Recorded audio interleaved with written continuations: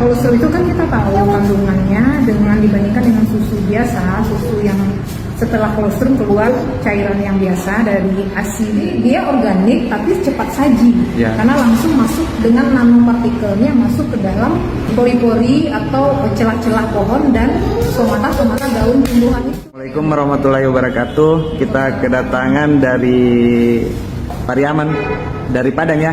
Kerja di Pariaman. Kerja di Pariaman. Atas nama Ibu siapa Bu? Amin. Profesi Bu? Profesi patologi klinik laboratorium, dokter laboratorium. Ya, dokter laboratorium. Nah, ini saya mau bertanya Bu mengenai Kolpro. Menurut Ibu sejauh ini apa manfaat Kolpro bagi kesehatan bagi manusia? Kolpro ini Pak Firman sebenarnya kan dia produk susu ya. Bedanya dengan susu biasa, ini dia adalah kolostrum. Kolostrum ini diambil dari kolostrum 1 SMA. Nah, kolostrum itu kan kita tahu kandungannya dengan dibandingkan dengan susu biasa, susu yang setelah kolostrum keluar cairan yang biasa dari ASI sapi itu. Nah, itu akan mengandung ingredient atau zat nutrisi yang beberapa kali besar dengan yang punya susu biasa. Nah, kemudian contohnya tuh yang proteinnya Pak. Proteinnya kalau susu yang lain dibanding kolostrum ini mungkin 3 kali sampai 5 kali kandungannya. Kemudian yang nggak kalah pentingnya di dalam kolostrum itu kan istilahnya generiknya kolostrum tuh Pak Firman. Mereknya dia Kolpro, PT Renat bikin Kolpro gitu kan. Di dalam kolostrum itu ada epithelial growth factor, insulin growth factor secara umum, kemudian imunoglobulin, gamma globulin. Nah, itu kerjanya di tingkat sel. Nah, jadi kalau ada kerusakan sel, nah ini yang berperan. Kalau insulin growth factor itu kan di hepat, di sel beta pankreas. Berarti pada orang-orang yang diabetes itu bagus diberikan insulin growth factor yang ada di dalam Kolpro ini gitu. Nah, kalau untuk orang yang sehat boleh memakai Kolpro ini. Nah, misalnya targetnya untuk menambah massa otot, boleh-boleh aja. Tetapi mungkin memakainya jauh lebih banyak. Kalau orang-orang yang tidak untuk menambah massa otot mungkin cukup dosis 2 kali sehari. Tapi kalau untuk orang yang menambah massa otot perlu lebih banyak dan lebih frekuensinya lebih sering gitu. Kalau untuk ibu hamil bisa Bu ya? Sejauh ini kalau saya lihat dari komposisi untuk ibu hamil boleh, nggak ada kontraindikasi kok untuk ibu hamil. Bu. Cuman mungkin ada beberapa catatan atau not yang perlu kita berikan ke pasien yang hipersensitif Pak. Jadi kan semua kita ini kan individu kan beda-beda responnya. Jadi kalau untuk golongan yang hypersensitif, nah itu perlu kita bilang bisa jadi nanti habis minum Kolpro ini mereka diare.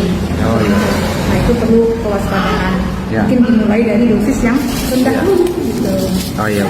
Jadi ini kan saya lihat selain Kolpro, Ibu kan saya lihat pesan juga paten. Nah, sejauh ini saya lihat setiap 1 minggu itu Ibu ada pasti dipesan. Nah, menurut Ibu sejauh ini paten bagaimana manfaat bagi petani? Kalau paten mungkin para petani yang sering update mungkin lebih tahu dari saya ya Pak ya. Karena di sini kan ada unsur hara yang ditemukan oleh tumbuhan itu yang sifatnya organik. Nah, kalau istilah medisnya itu kan langsung kita infus ke pemudarannya Pak Firman. Jadi dia organik tapi cepat saji, karena langsung masuk dengan nanopartikelnya masuk ke dalam pori-pori atau celah-celah pohon dan somata-somata daun tumbuhan itu. Nah, unsurnya lengkap kalau paten ini. Itu baik yang paten pupuknya maupun imunnya. Tapi imun ini ada tambahan nih istimewanya Pak Firman untuk booster, sebagai booster ya.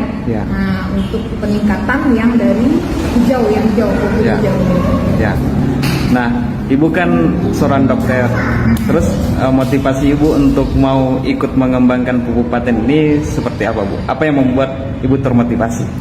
Kalau pribadi saya sih, saya ingin merubah paradigma masyarakat, terutama petani Indonesia, untuk meninggalkan pupuk kimia.